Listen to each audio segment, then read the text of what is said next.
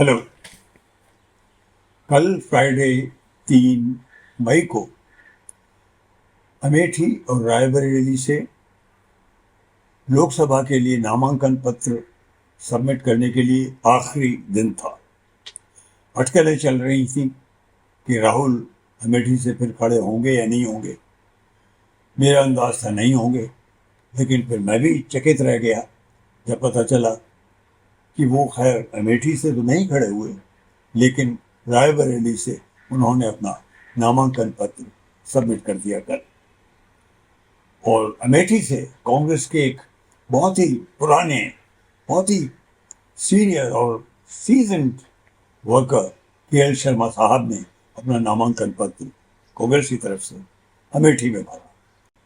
सब चकित थे, एक तरह का डिप्रेशन सा था, क्योंकि लोगों को ये उम्मीद नहीं थी कि इस तरह से राहुल जो है अमेठी छोड़ देंगे, क्योंकि जितनी भी खबरें आ रही थी वो ये थी कि अमेठी के लोग बहुत उत्सुक हैं कि राहुल वहाँ से फिर से भरें अपना नामांकन पत्र और वो अपनी गलती को करेक्ट करें जो उन्होंने 2019 में उन्हें हराकर और स्मृति ईरानी को जिता कर की थी। मैं भी इसको काफ़ी डिप्रेस सा फील करता रहा।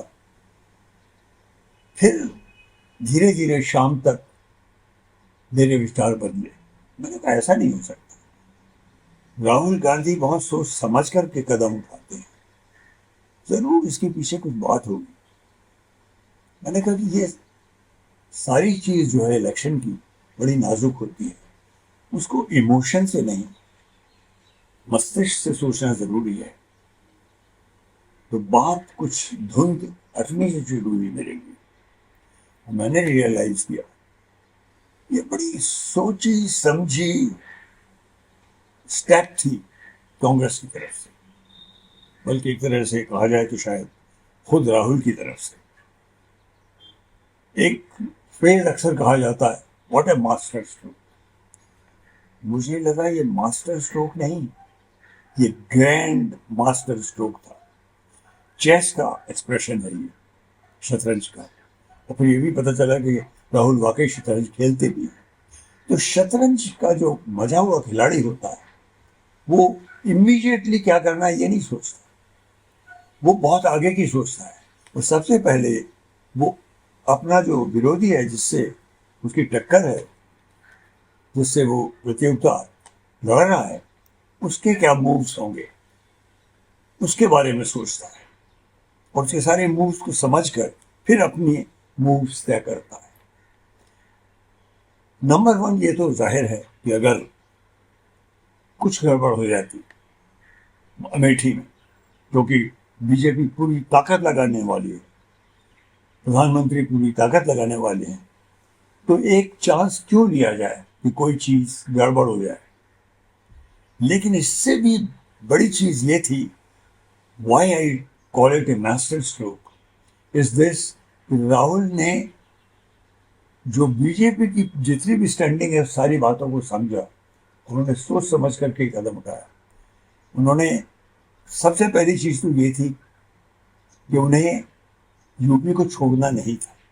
यूपी के जो लोग हैं, खासतौर पर उस इलाके के, वो बहुत बद्ध हैं कांग्रेस फैमिली के साथ। तो उन्होंने जानबूझकर सोच समझकर अमेठी को तो छोड़ा, लेकिन रायबरेली से खड़े हुए, क्योंकि वो वैसे भी पुश्तैनी जगह है उनकी। और अमेठी से कांग्रेस पार्टी के एक बहुत ही पुराने सीनियर वर्कर, जो कि पूरे रणनीतिकार भी रहे हैं, अमेठी के भी और रायबरेली के भी, सोनिया जी के इलेक्शन के भी, उनका नाम है के.एल. शर्मा। उन्हें कांग्रेस का उम्मीदवार के तौर पर खड़ा किया गया। उनके पेपर्स सबमिट किए गए कल। बहुत छोटे, धीरे, हल्के कैंडिडेट लगे लोगों को, लेकिन इसके पीछे, as I said, I think there was a well thought out strategy. And what is it? Number 1, Rahul के और स्मृति के बीच में जब कॉन्टेस्ट होता है तो स्मृति को तो वैल्यू बहुत मिलती है।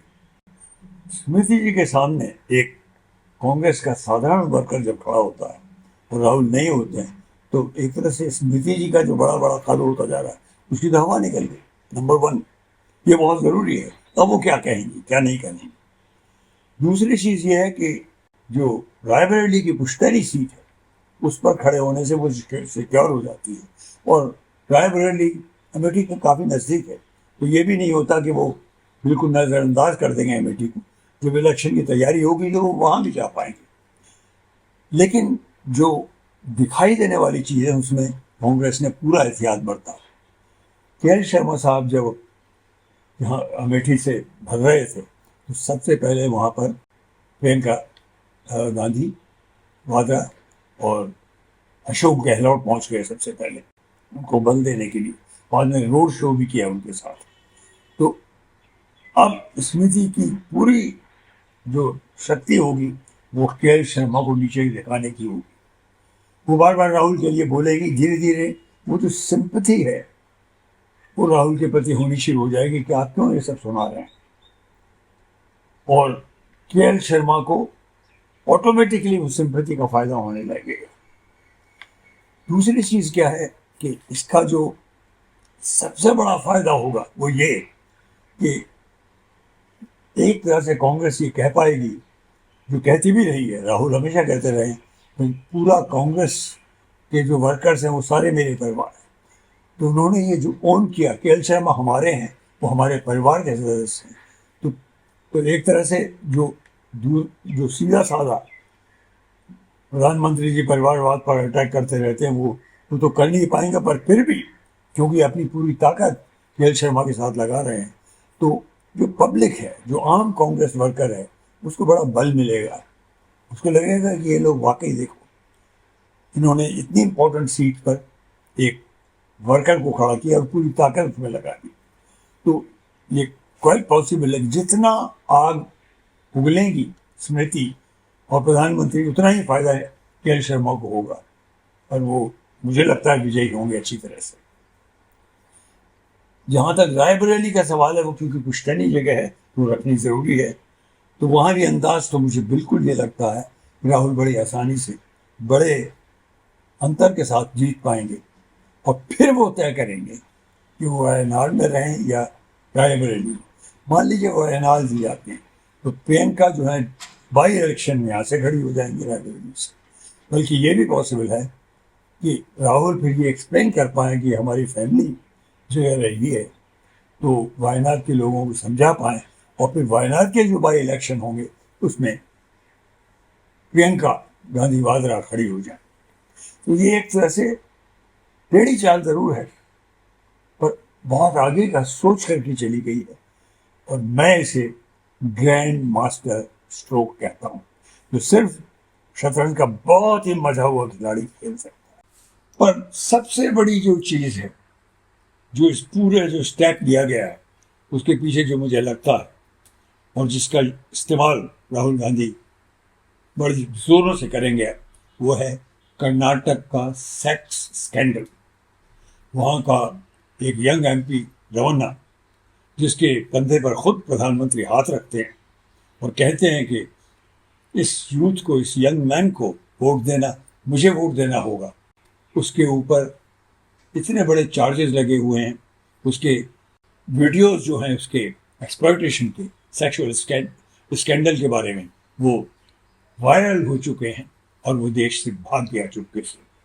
कैसे भाग गया, जबकि उसकी खबर पहले से ही बीजेपी को दे दी गई थी, नड्डा साहब को दे दी गई थी, सबको मालूम था।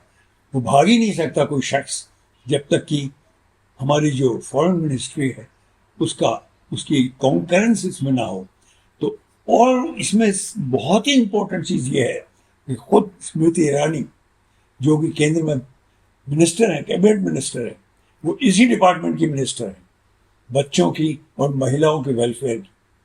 आज तक इस घटना के बारे में ना प्रधानमंत्री ने एक शब्द कहा है और ना स्मृति ईरानी ने।